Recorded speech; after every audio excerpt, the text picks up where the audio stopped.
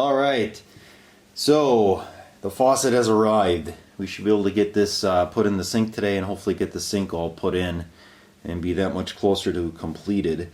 So what I bought was this faucet. It's from BK Resources. For some reason I thought it was made in the US, but apparently it's not. The box says made in Taiwan. So a couple things. It comes with the spout here you have to attach, and it has some O-rings here, and they give you the grease to put on these O-rings. The spout itself seems very cheap, not very heavy like I thought it would be, and it's already kind of scratched up just from shipping with this nut that kind of must have moved during shipping. The part here with the handles, this is pretty heavy duty. I mean, it's very heavy. The valves turn real nice. It's some sort of casting the way it looks. So, and then it comes with these plastic washers that, or nuts that screw on the bottom here. Now here's where things get a little questionable. So in there, they give you an instruction packet with like every faucet design that they give you. Well, anyway, so the one that I have is this this one here, and it shows that there should be a washer that goes on the bottom here, and then you put the nut on. But that's not shipped in the box. So then if you look on the back page, it shows that the nut and the washer is a separate thing that you can purchase. It's sold separately. But then why did I get the plastic nut and not the washer? And then they give these if you're, I guess if you're using brass or something. So they give you the rubber washer and then this like a compression style nut, and that would work on the bottom here, so you'd have that tapered rubber washer and then your probably copper, and then you compress that down. Now I'm just using those flexible lines that you can get from Menards. It's basically the same thing, it's just you don't have to mess with the copper. So it comes with that. Why, I don't know, because it doesn't show that in the diagram here. So here's the diagram of the faucet again. So in here it's showing that it has the washer and the nut, but I didn't get that. And then if you look at this model here, which is like more of a wall mount type deal, it's showing just the nut, no washer, and then it's showing what we got there, that I don't know if that's called a ferrule, and that tapered rubber washer. So I don't know, who knows, maybe the box was packaged wrong, but I'm gonna make it work. I don't think that I'm gonna need the washer. Maybe I would. I guess it's putting all the surface area out here. That washer would probably sit up in here maybe. But I think it'll work for what we're gonna do. It's not gonna get used that much. I just want to get it put back together at this point. Okay, so I know I said when I was gonna put this in the last video, I was actually gonna attach the faucet first to use it as a handle, but based on that spout is threaded on, I'm not gonna tweak that by holding onto that handle to put it in. So I just kind of got it in like this, and we can get the faucet put in like that. Now if that faucet was all cast together one piece like a bathroom faucet, I wouldn't have an issue holding on to that and setting this thing in. But like I said, this is a cast iron sink, and that's probably 40, maybe even 50 pounds. So, and put all that stress on those threads, I'm not going to do that. So now let's set the faucet in. Okay, so let's set that faucet in. So it should go, your hot should be on the left, cold is on the right. That's typically how it goes. Maybe if for some reason your plumbing was a little different, but usually that's the way it goes. I got a bunch of plumber's putty on the bottom here again. I'm just going to kind of set that in. Kind of squeeze it in and then kind of eye it up.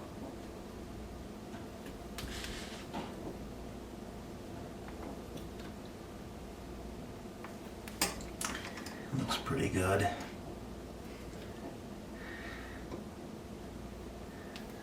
So, alright, I'm gonna run these plastic washers underneath and we'll see if I can get these tight enough or if these will do the job. They should be. They should work. Alright, so I got the spout here. Boy, and it is just all marked up here where this nut here has moved up in here. You can kind of see it's scratched. Well, anyway, they give you the supplied grease here. They say to put on this so that it doesn't ruin these O-rings, because this top is supposed to swivel. So I'm going to try to get that put on here. Otherwise, I was just going to use the plumber's grease I have, but since they supplied this, this is what we'll use. So, because this is going to be a pretty tight fit too. This is basically just like the kitchen faucet, except the kitchen faucet O-rings are a little bit bigger. So I'll kind of make sure that those O-rings are greased up here so that they slide in. We don't want them to leak. Don't want them to bind up or fold in on themselves either. So kind of get that greased up there, and then it should just push right in to the top of the faucet. I'm pretty sure I got it where I want. I don't know if I have it tight enough yet. I might have to do some adjusting with that.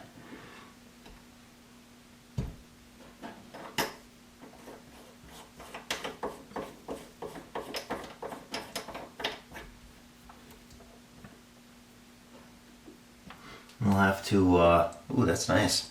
We'll have to get the pliers on that, tighten it up a little bit.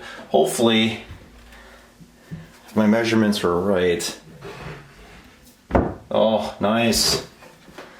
So, and that was the issue, is that this cover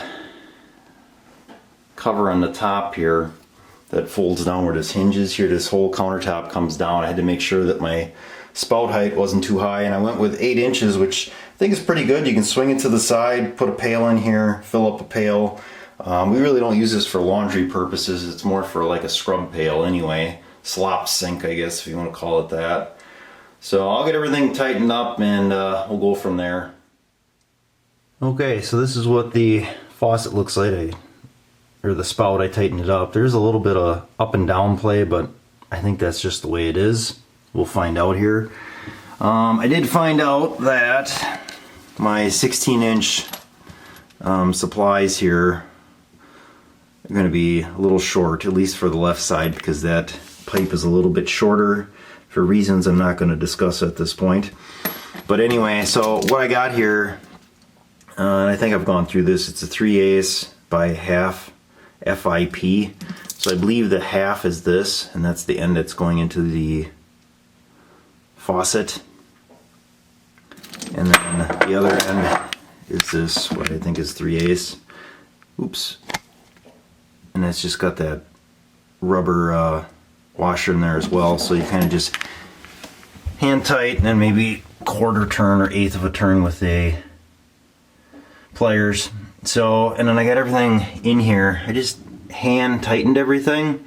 So I can test to see if we're going to have any issues leaking, because I'm going to say yes. I've yet to complete a plumbing project where I don't have at least one leak, where something's got to be a little bit tighter. But I do have the water on. I purged that line, so we could run the cold water and see what happens, I guess. Alright, so we're going to put that there just in case. And let's see. We may end up with a leak, who knows, right up in here too, but cold water is on, so let's see what happens here. Oh, I lied. Let me turn the quarter turn on. Alright, now it's on. A little bit of air in the line, or the faucet I should say, shouldn't be in the line.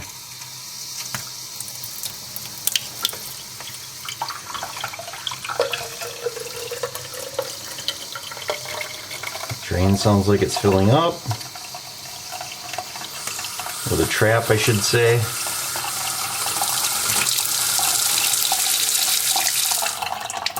Let's see how much leaking we got going on down here. I don't feel anything yet. That doesn't necessarily mean I'm convinced either. You know, that's the one thing with plumbing. You can do all the work, you think you got it, and then like if you don't, it's kind of like a big deal because the water's always running or there's always pressure there. Unless you have like shutoffs or something. Where like when you do electrical work, you do it wrong, pops a breaker, okay, that's easy to fix. Like it's not like you're completely just out of luck. You know, that's the thing with plumbing. It's just a little different.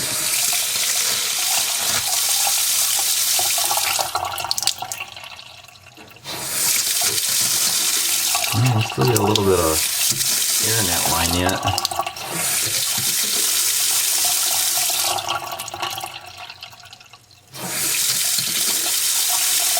I don't see anything leaking up here by the spout, which is good.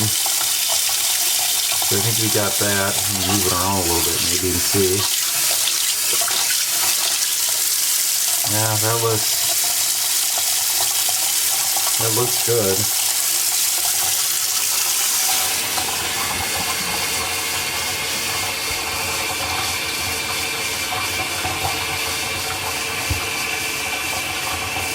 I should stick a flashlight down here. I can see through this tailpiece here. It's pretty thin PVC.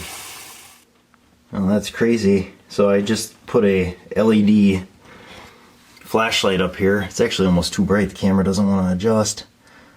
I don't know if I can wiggle it and kind of... No. And when you're running the water, you can kind of see it. Maybe if I back off on it a little bit. That's some pretty thin PVC when you can light it up like that with LED.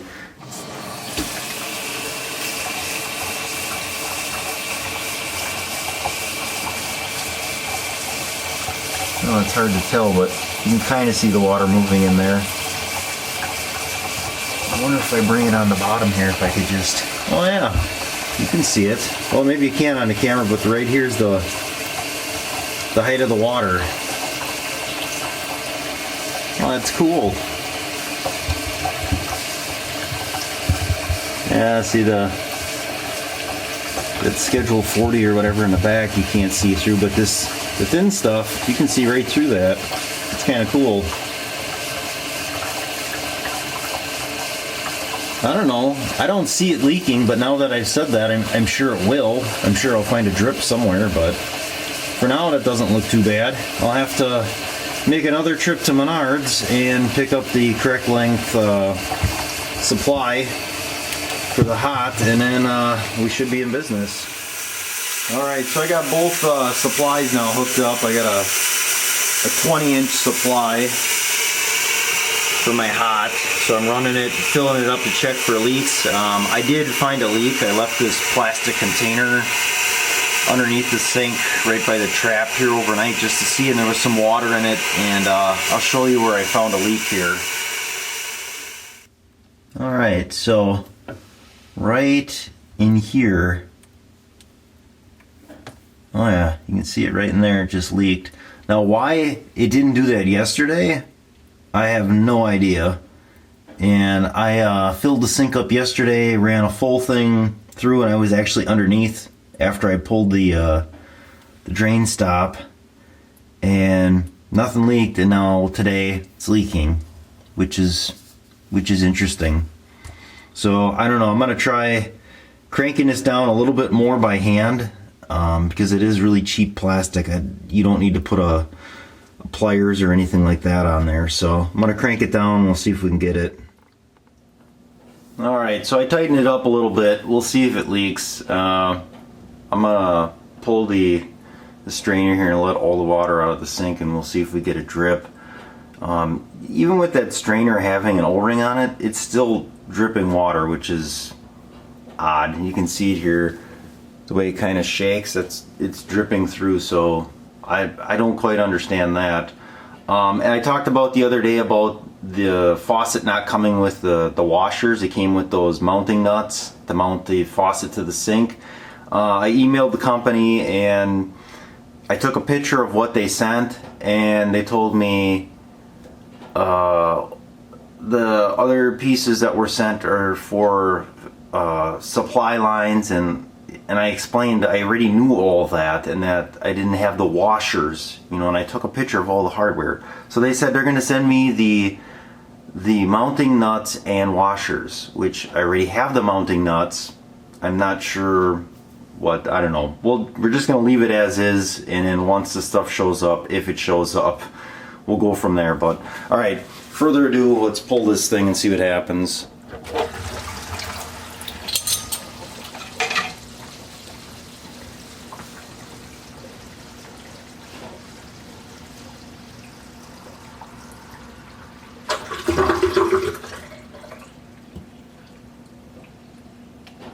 No, it doesn't look like it dripped, but like I said yesterday, I did that exact same thing and I didn't have any drips anywhere.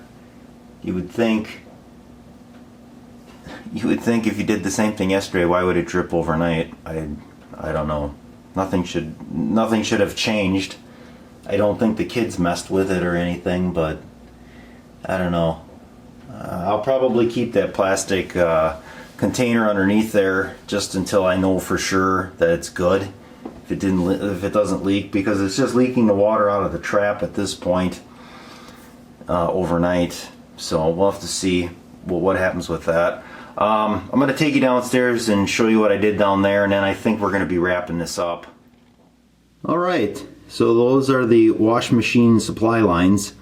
So what I did was measure the space from the rim joist to the line there, the supply lines, to see how much space I had, because I wanted to insulate that, and I found I had a little less than an inch, so I went with 3/4 inch foil styrofoam, rigid styrofoam. I believe the R value is like 4.4, and it's supposed to be like the highest R value. So from what I was told, and I don't know if this is right, the foil should be facing in on the heat side, and that's to help keep the heat in the building. Also, you want that foil face on the inside. That also helps keep the government from reading your thoughts. Again, at least that's what I was told. So anyway, so that's what I used there, just because I could get it to fit. I did the same thing over here. I had to do that in a couple pieces just because there's a lot of stuff going on in there. I got some telephone wires that I had to notch around, and then the pipe I kind of notched around as well. That should be better than what it was.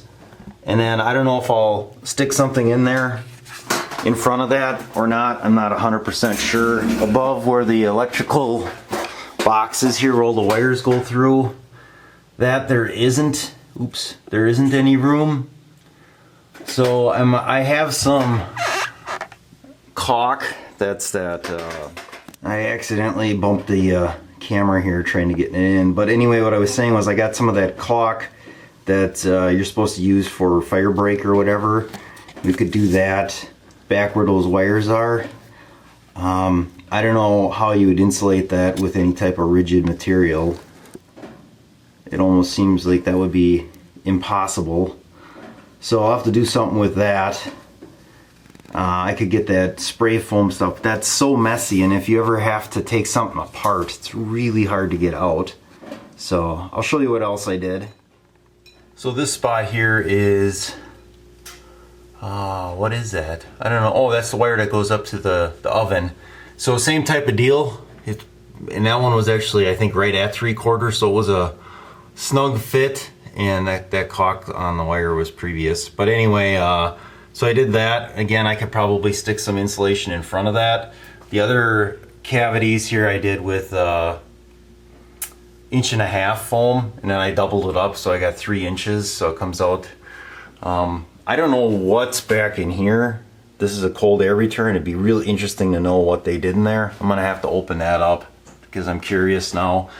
But some of these other ones are just fiberglass because I never got around to it. The dryer vent that comes down, that's kind of a mess. I'm in the process of changing how the dryer vents. So yeah, that's what I did with that.